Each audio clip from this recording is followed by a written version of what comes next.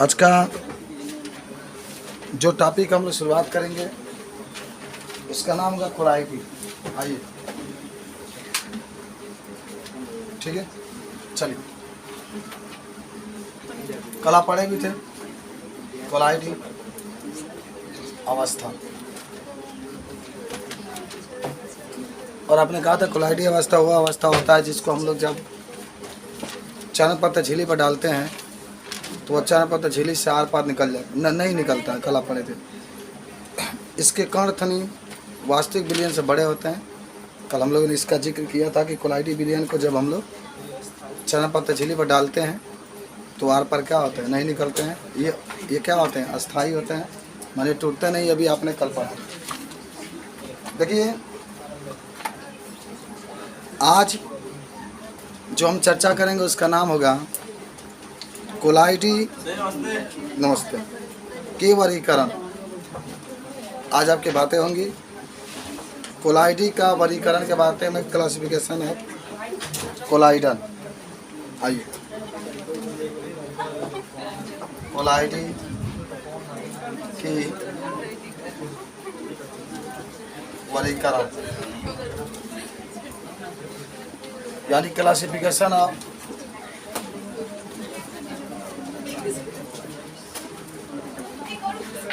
Collider. चलिए, कोलाइटी का वर्गीकरण की आज हम लोग चर्चा करेंगे। क्लासिफिकेशन ऑफ कोलाइडन, अच्छी अच्छी बातें हम लोग जानेंगे, सीखेंगे आज। देखिए, जब हम लोग पढ़ेंगे ना तो कोलाइटी को 3 भागों में हम लोग डिवाइड करते हैं।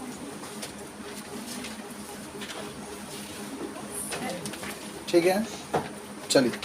पहले कोलाइटी के वर्गीकरण के पहले 1-2 चीज़ें हम लोग को जानना है, जिसमें सबसे पहले बात होता है परिक्षेपण।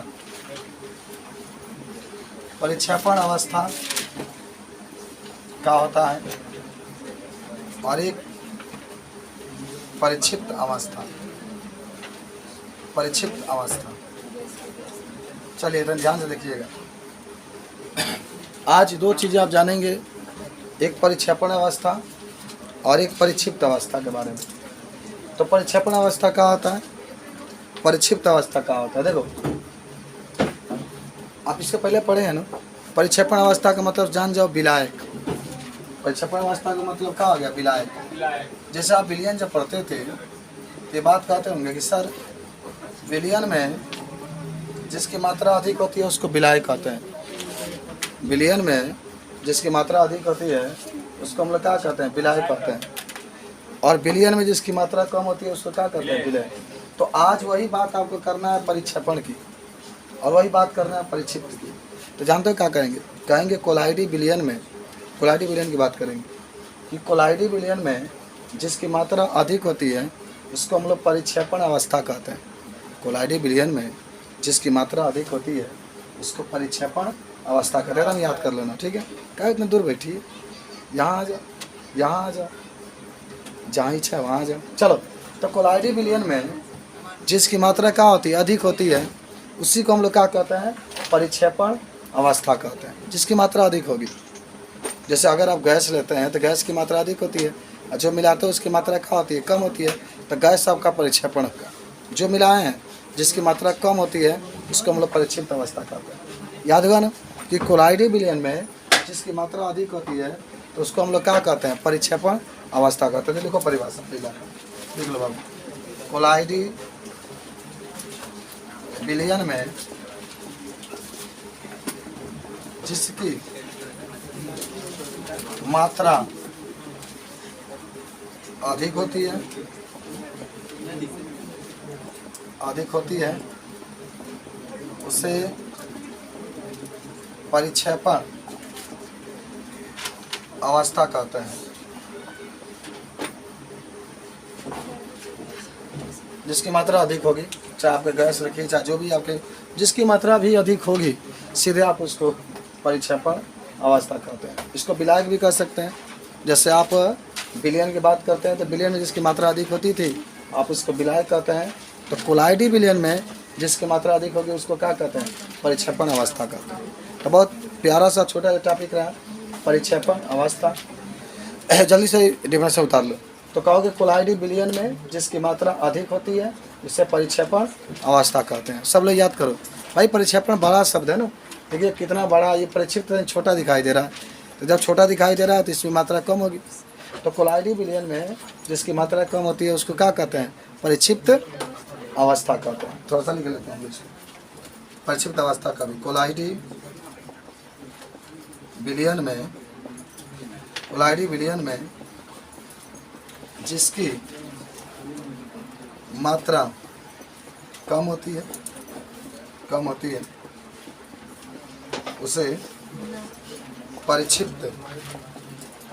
उसे परिक्षिप्त अवस्था कहते हैं। चलो, ये दोनों डिफिनेशन बहुत आसान है, तुरंत आप उतार लीजिए और याद कर लीजिए।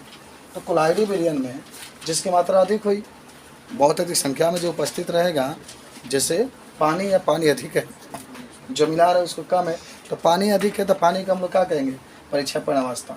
तो सिंपल सी बात आपकी रही, कोलाइडी विलयन में जिसकी मात्रा अधिक होती है उससे परिक्षेपण अवस्था कहते हैं।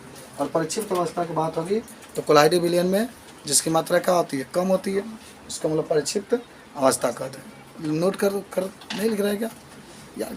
क्या बात, लिखोगे तभी तो कुछ आएगा, खाली बैठे रह रहे हो यार, कोई बात हो रहा होता। इंटर में पढ़ते हो, लिखोगे तभी प्रैक्टिस होगा। चलिए आगे बढ़े हम लोग। परिक्षेपण अवस्था जान के सब लोग, जिसकी मात्रा अधिक होती है परिक्षेपण अवस्था कहते हैं, जिसकी मात्रा कम होती है उसको परिक्षिप्त अवस्था कहते हैं। बहुत सिंपल सा परिभाषा है दोनों का। नमक वगैरह चीनी अगर परिक्षिप्त में हो जाएगा वो सब आपके होता है। और सुनो, अब एक चीज़ बताते हैं तुम लोग को, मिटा दे, सब लोग लिख लिए क्या? मिटा दे, इसको नोट कर लीजिए। परिक्षेपण अवस्था कोलाइडी विलयन में जिसकी मात्रा अधिक होती है परिक्षेपण अवस्था कहते हैं। पानी की मात्रा हमेशा अधिक अगर रखते हैं तो पानी आपका अधिक है तो उसको परिक्षेपण कहेंगे। उसमें जो मिला रहे हैं, चाहे चीनी मिला रहे हैं चाहे नमक मिला रहे हैं, तो इसकी मात्रा कम रखते हैं तो हम उसको परिक्षिप्त अवस्था कहते हैं। तो ये आपका होता है परिक्षेपण अवस्था और परिक्षिप्त अवस्था। ठीक है, चलिए आगे बढ़ते हैं हम लोग। आइए आगे, कर्म को रखना है हम लोग।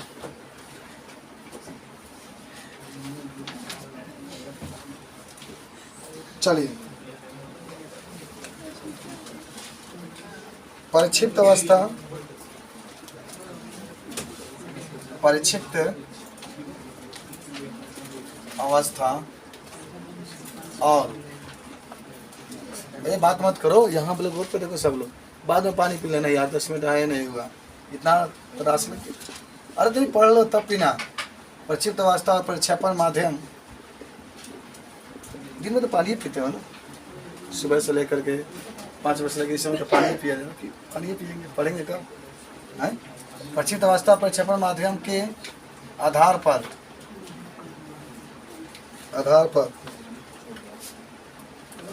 पदार्थ का, माने कोलाइडी विलयन का वर्गीकरण,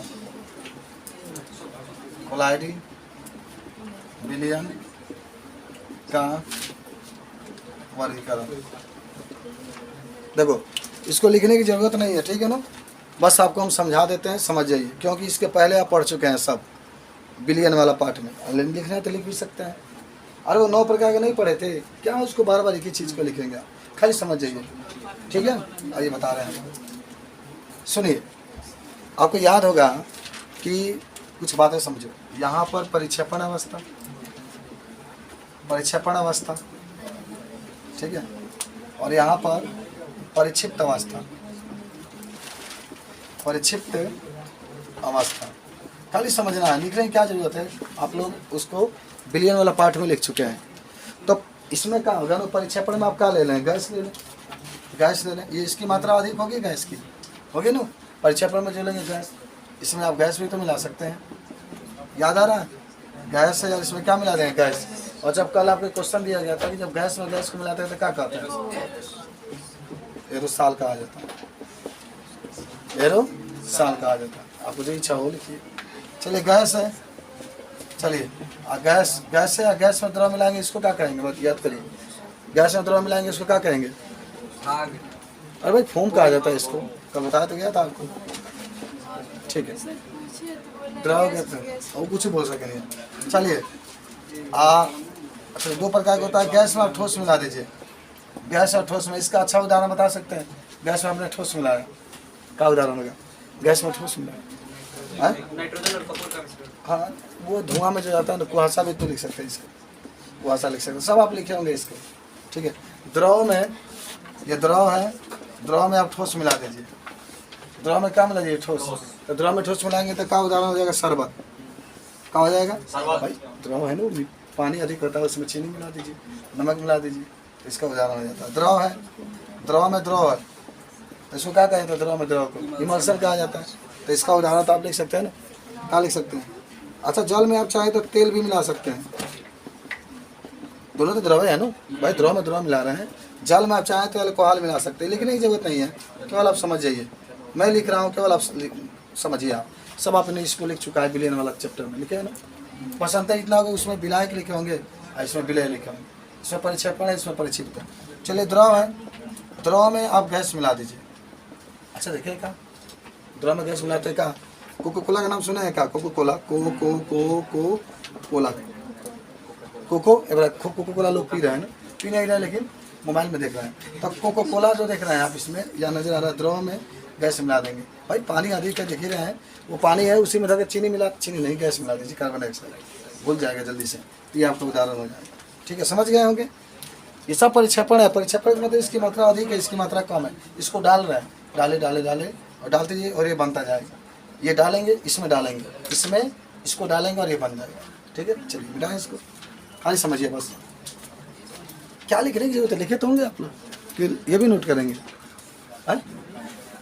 चलिए, ठोस है, ठोस ठोस ठोस ठोस, और ठोस में क्या मिला है? ठोस में क्या मिला है? ठोस मिला दीजिए।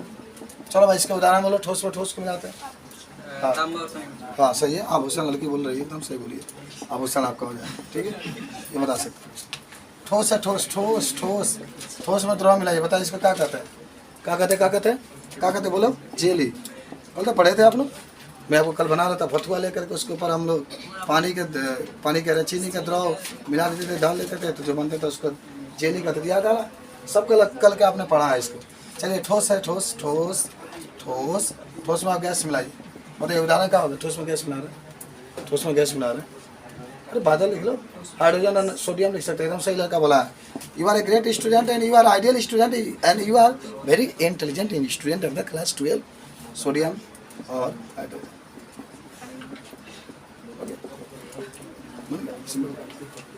ये पूरे 9 प्रकार के थे, किसके आधार पर? परिक्षेपण और परिक्षेप्त अवस्था के भौतिक आधार पर, भौतिक आधार पर आपने इसको क्या कर दिया? बांट दिया। चलिए, समझ गए सब लोग, इसको लिखने की जरूरत नहीं है, पूरा आप लिख चुके हैं विलयन वाला पार्ट में। फिर भी अगर लिखना चाहते हैं तो लिख सकते हैं, कोई रोक टोक नहीं है, ठीक है, कोई रोक टोक नहीं है। चलिए आगे बढ़ते हैं हम लोग, आइए चलिए आगे बढ़ते हैं हम लोग, नेक्स्ट टॉपिक पर चलते हैं। चलिए, लिखा तो गया अनियन क्रिया के आधार पर कोलाइडी विलयन का वर्गीकरण। आइए चलें, अनियन क्रिया के आधार पर कोलाइडी विलयन का वर्गीकरण। मिटा दें इसको, सब लोग समझ गए होंगे। तो समझे ना, परिक्षेपण माध्यम क्या होता है? भाई परिक्षेपण माध्यम का मतलब जिसकी मात्रा क्या होती है? अधिक होती है। और परिक्षिप्त का मतलब होता है जिसकी मात्रा कम होती है, जिसमें जो पदार्थ पहले से उपस्थित होगा उसको परिक्षेपण कहेंगे, और जो आप डालेंगे उसको क्या कहेंगे? परिक्षिप्त कहते हैं। चलिए भाई, तो समझिए, केमिस्ट्री बहुत ध्यान से समझिए, कोशिश करिए, देखिए कोशिश करिए कि हर एक कंसेप्ट आप जानिए, समझिए, समझ में आया ना? आगे बढ़ते हैं, लेकिन तो नहीं, अनियोन्य क्रिया, देखिए सेकेंड है, अनियोन्य क्रिया या आकर्षण बल के आधार पर, बल के आधार पर कोलाइडी विलयन का प्रकार। चलो अनियन क्रिया के आधार पर कोलाइडी विलयन का प्रकार। अनियन क्रिया के आधार पर कोलाइडी विलयन का प्रकार दो प्रकार के, एक द्रव रागी कोलाइड। देखिए इसके दो भाग होंगे, एक द्रव रागी कोलाइड। चलिए पहला आपका होगा द्रव रागी कोलाइड, दो भाग इसके होंगे, जिसको अंग्रेजी में आप कहते हैं लियोफिलिक कोलाइडल, लियोफिलिक लियोफिलिक कोलाइडल, लियोफिलिक कोलाइडल, कोलाइडल, ठीक है। और सेकेंड होगा द्रव विरागी, द्रव विरागी कोलाइड, कोलाइड, इसको हम लोग कहते हैं लियो फालेरिक, लियो फालेरिक कोलाइडल। चलिए देखो, अब हम लोग देखेंगे दोनों ये है क्या, द्रव रागी। पहले बात समझो, द्रव रागी को हम लोग द्रव स्नेही भी कहते हैं। भाई रागी का मतलब, राग का मतलब होता है प्रेम, राग का मतलब होता है प्रेम। भाई जो प्रेम करते हैं वो आपस में घुल जाते हैं, मिल जाते हैं, घुल जाते हैं, मिल जाते हैं, अलग नहीं होते हैं, आकर्षण अधिक होता है। तो सेम वही बात है आपकी, जिसमें प्यार होता है, घुल जाते हैं, मिल जाते हैं, आकर्षण अधिक होता है। तो कहोगे कि द्रव रागी कोलाइड का मतलब होता है कि वह कोलाइड जिसको अगर आप जल में डालते हैं तो आसानी से जल में घुल करके वह कोलाइडी विलयन बना लेता है, आसानी से जल में घुल करके कोलाइडी विलयन बना लेता है। और इसके बीच में आकर्षण बल बहुत अधिक होता है। याद करो मैं क्या बोल रहा हूँ। द्रव रागी, द्रव रागी का मतलब होता है जो द्रव से प्यार करता है, द्रव से मोहब्बत करता है, द्रव से इजहार करता है। रागी का मतलब होता है प्रेम, और द्रव का मतलब होता है जल। जिसको आप जल में डालेंगे तो जल से उसको मोहब्बत है, जल के साथ मिल करके मजबूत आपका कोलाइडी विलयन बनाता है। जैसे आप क्या करिए, स्टार्च डाल दीजिए, स्टार्च या हमारे प्रोटीन डाल दीजिए, प्रोटीन ले लिए, प्रोटीन को अगर आप जल में डालेंगे तो उसमें घुल जाता है। प्रोटीन भी दो प्रकार का होता है, आपको याद आ रहा है कुछ, कौन कौन? आवश्यक और अनावश्यक। हाँ, आपके मान के नहीं, चलिए मैं बता रहा हूँ। प्रोटीन होते हैं दो प्रकार के, एक गोलाकार प्रोटीन, एक रेशेदार प्रोटीन। तो जो गोलाकार प्रोटीन होता है वो जल में क्या होता है, घुल जाता है। और जो होता है, अब तो अमीनो अम्ल के बता रहे हैं, आवश्यक अमीनो अम्ल, अनावश्यक अमीनो अम्ल। चलिए रेशेदार वाला नहीं घुलता है। तो द्रव रागी में जान गए कि द्रव रागी कोलाइड वह कोलाइड होता है जिसको द्रव से बहुत मोहब्बत होता है, जिसको द्रव से बहुत प्रेम होता है। जब उसको हम लोग डालते हैं तो द्रव में वो जल में क्या आता है, घुल जाता है। तो उसी को हम लोग कहते हैं द्रव रागी कोलाइड। याद करो, प्रोटीन को अगर जल में आप डालेंगे तो प्रोटीन जो होगा जल में क्या आ जाएगा, घुल जाएगा। इसको हम लोग कहते हैं द्रव रागी कोलाइड। अभी आपको लिखा रहे हैं, एक पहले कंसेप्ट को समझो। द्रव का मतलब होता है जल से, द्रव का मतलब होता है जल से, और रागी का मतलब होता है प्रेम, जल से प्रेम। तो जल से जो प्रेम करेगा उसको जब जल में डालेंगे तो जल में क्या होता है, घुल जाता है। तो उसी को कहते हैं द्रव रागी कोलाइड। प्रोटीन ले लो, उसको जल में डाल दो तो प्रोटीन जल में क्या होता है, घुल जाता है, और घुल करके तब कोलाइडी विलयन क्या करता है, बनाता है। चलो भाई, द्रव विरागी माने ऐसा, द्रव विरागी मतलब जिसको द्रव से नफरत है, जिसको विरागी का मतलब भाई द्रव विरोधी है, इसी विरागी, इसी को मतलब द्रव विरोधी कोलाइड भी कहते हैं। इसको द्रव स्नेही कोलाइड भी कहते हैं, इसको द्रव विरोधी। हो सकता है कि बोर्ड के एग्जाम में द्रव रागी की जगह पर द्रव स्नेही भी आ जाए, तो वही बात आप समझिएगा, दोनों बातें क्या होता है। तो द्रव विरागी कोलाइड का मतलब होता है कि ऐसे माने कोलाइड जिसको जल में डालने पर वो जल से नफरत करता है। तो इस प्रकार के जो कोलाइड होते हैं उसको द्रव विरागी कोलाइड कहते हैं।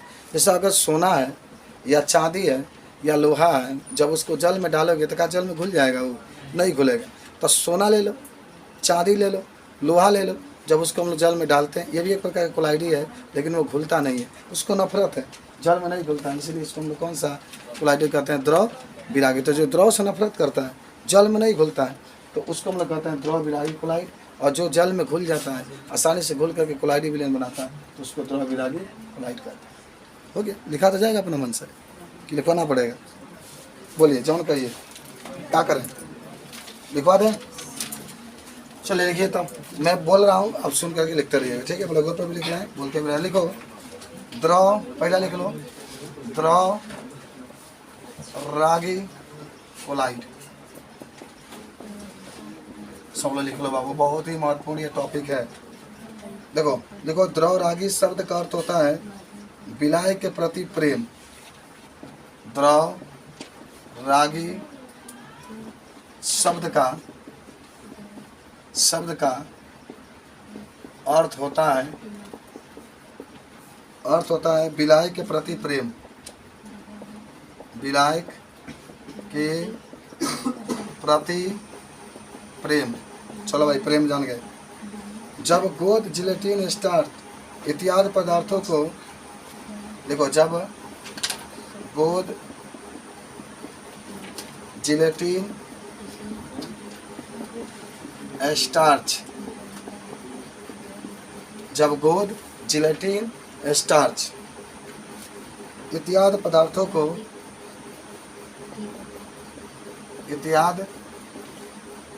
पदार्थों को विलायक में मिलाया जाता है, विलायक में मिलाया जाता है, विलायक में मिलाया जाता है, तो वह सीधे कोलाइडी अवस्था में परिवर्तित होकर कोलाइडी विलयन बना लेते हैं। तो वे सीधे कोलाइडी अवस्था में परिवर्तित होकर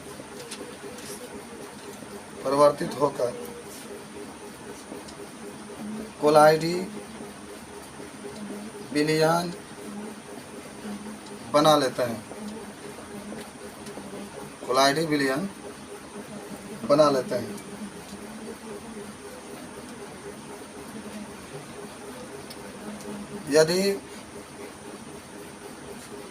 यदि इस विलयन में परिक्षिप्त अवस्था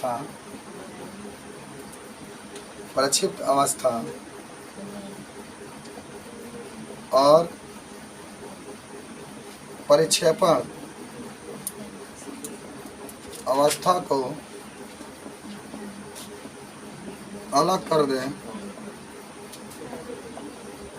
तो पुनः ये कोलाइडी विलयन बना लेते हैं, कोलाइडी विलयन बना लेते हैं।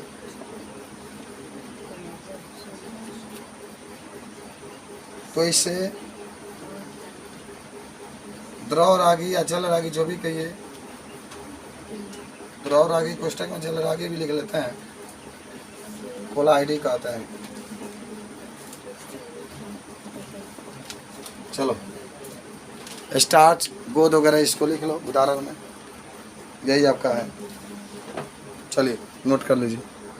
से क्या है? नफरत है। द्रव से क्या है बाबू? नफरत है। तो सुनिए, अगर आपसे कोई पूछा कि द्रव विरागी कोलाइड किसे कहते हैं तो क्या कहेंगे? भाई ऐसे कोलाइड जिसको द्रव से नफरत है, द्रव में डालते हैं तो क्या करता है? नहीं घुलता। भी आपने जस्ट इसको लिखा है तो लिख लीजिए, लिखिए। द्रव विरागी कोलाइड का अर्थ है, कोलाइड का अर्थ है कि वह विलायक से कम प्रेम करता है, वह विलायक से कम प्रेम करता है।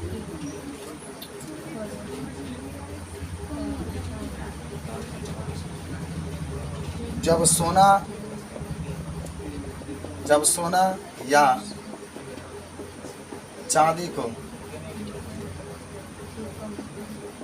का हाइड्रोक्साइड लिख लेना, हाइड्रोक्साइड तथा सल्फाइड को विलायक में डालते हैं,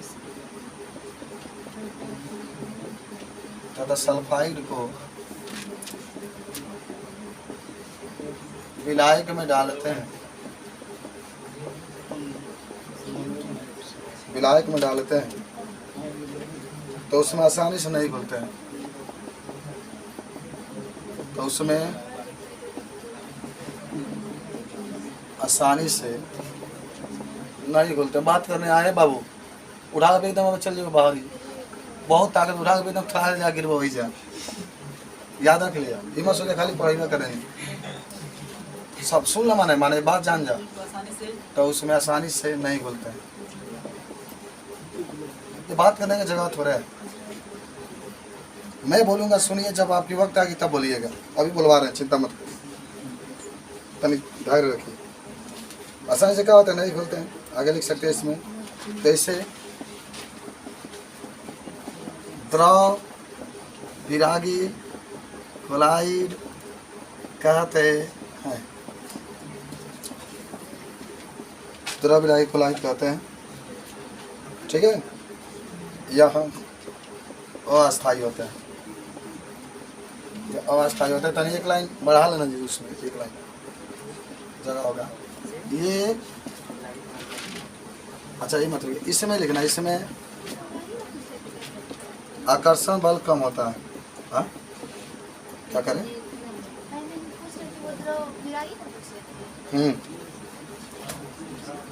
अच्छा आप द्रव रागी को बता दिए, कोई बात नहीं, आप जो भी बताएंगे सही है। हाँ चलिए, बच्चा जितना मालूम होता है बता रहे क्या करना। उदाहरण में लिख सकते हैं गोल्ड साफ का जल में ये था कम होता है, कम कम कम।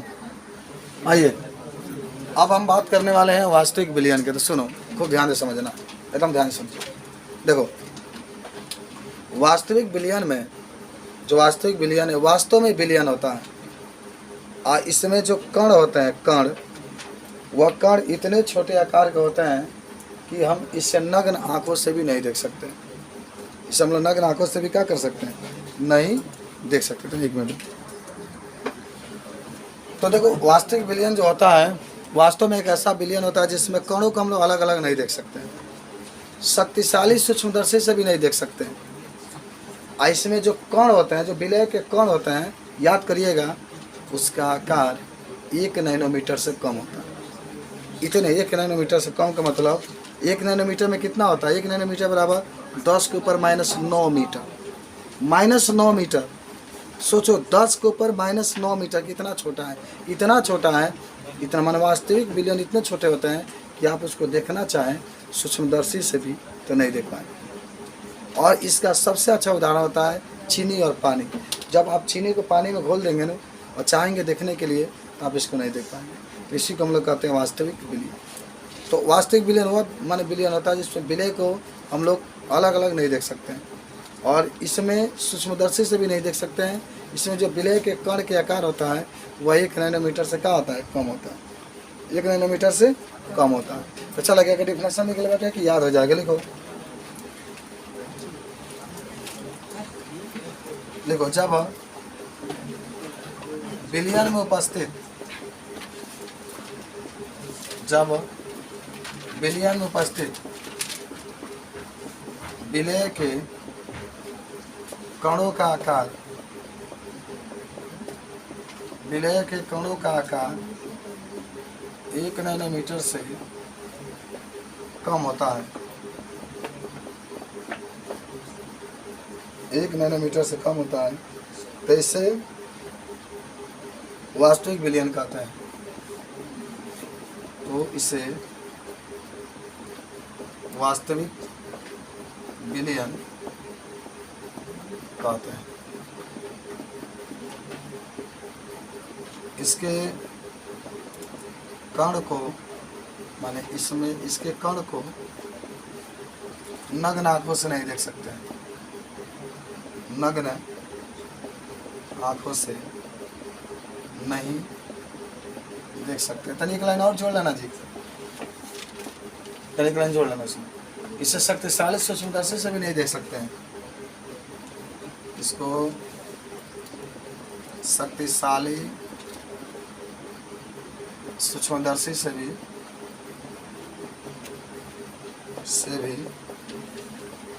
नहीं देख सकते हैं।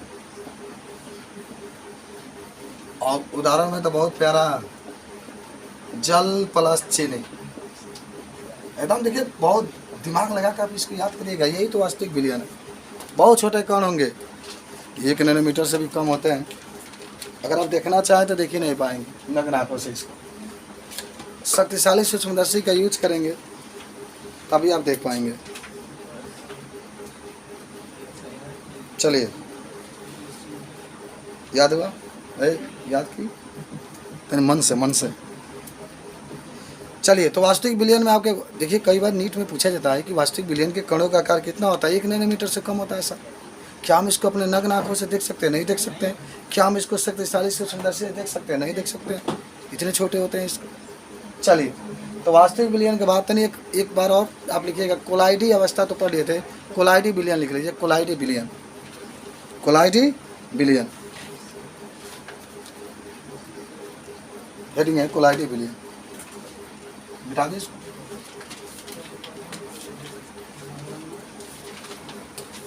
कोलाइडी विलयन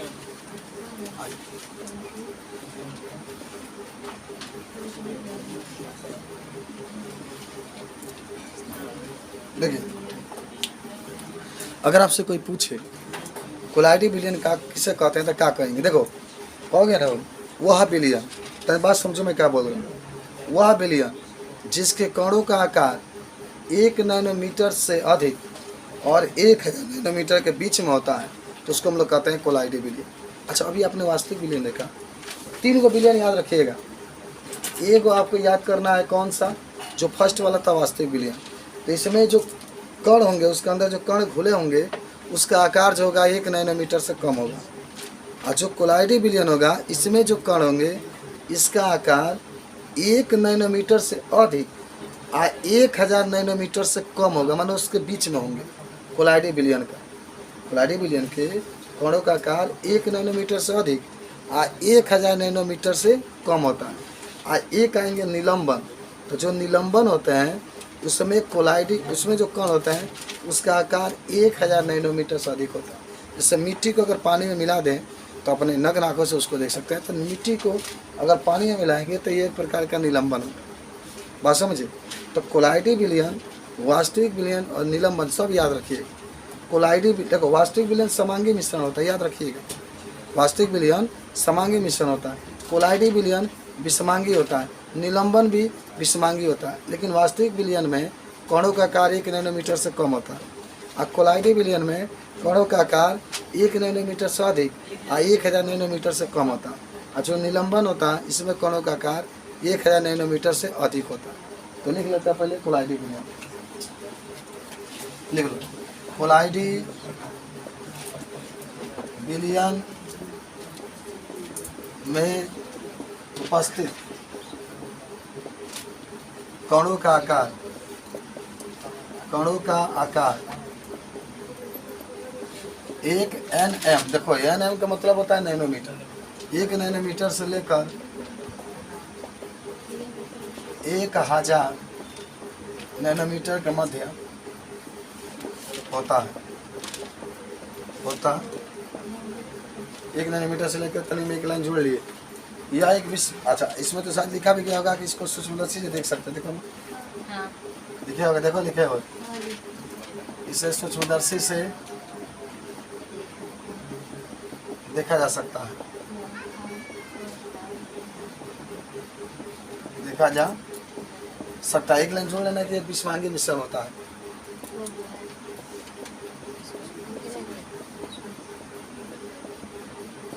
ये विषमांगी मिश्रण।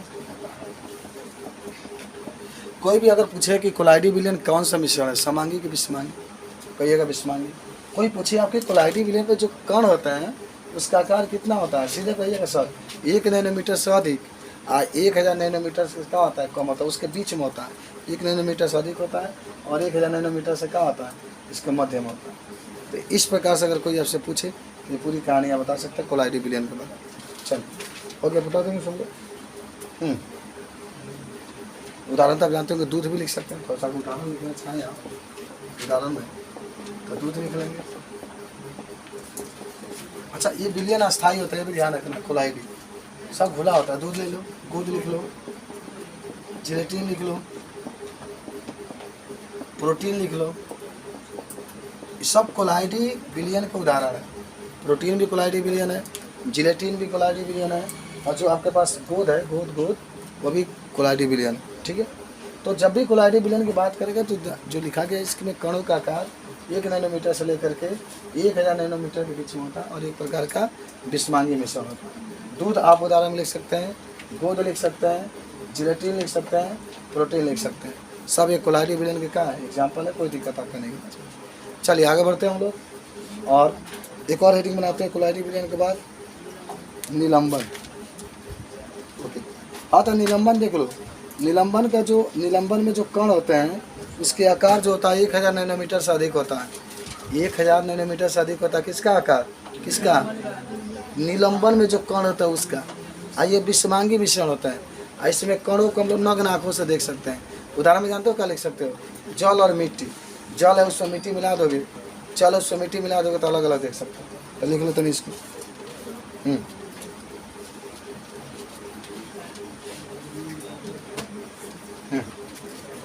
देखो निलंबन, सस्पेंशन अंग्रेजी में कहते हैं निलंबन,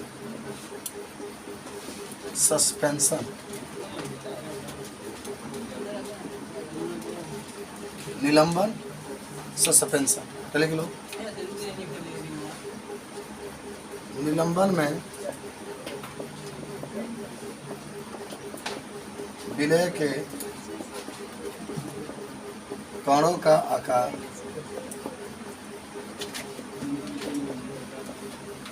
एक नैनोमीटर से ना 1000 नैनोमीटर से अधिक होते हैं। 1000 नैनोमीटर से अधिक होते हैं। इसमें विलय के कणों को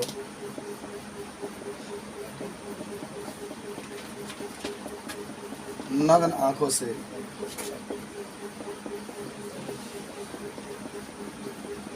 देख सकते हैं। नग्न आंखों से देख सकते हैं। और यह विषमांगी मिश्रण होता है।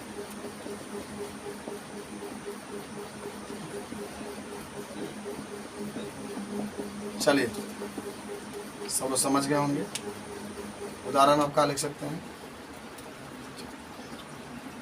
जल प्लस मिट्टी। चलो